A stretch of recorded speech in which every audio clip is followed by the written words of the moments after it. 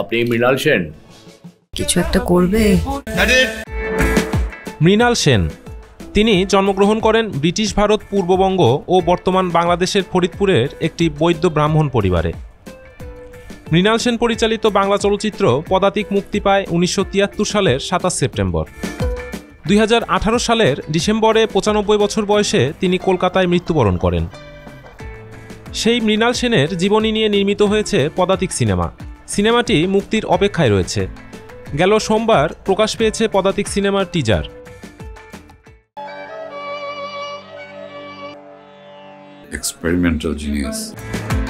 Teaser দেখে ধারণা করা হচ্ছে মৃণাল সেনের শৈশব থেকে সিনেমায় আসার গল্প ও তার ব্যক্তিজীবনের গল্প পদাতিক সিনেমায় উঠে এসেছে। এখানে রয়েছে মৃণাল সেন কীভাবে সিনেমা নির্মাতা হন, সেই প্রসঙ্গ থেকে পরবর্তী সময়ে মানুষের জন্য কথা বলার মাধ্যম হিসেবে সিনেমাকে বেছে নেওয়া, তাদের সংগ্রাম, তাদের বেঁচে থাকা না থাকার গল্প কিভাবে প্রশংসিত হয় বিশ্ব সিনেমা অঙ্গনে। মৃণাল সেনের চরিত্রে অভিনয় করেছেন চঞ্চল চৌধুরী।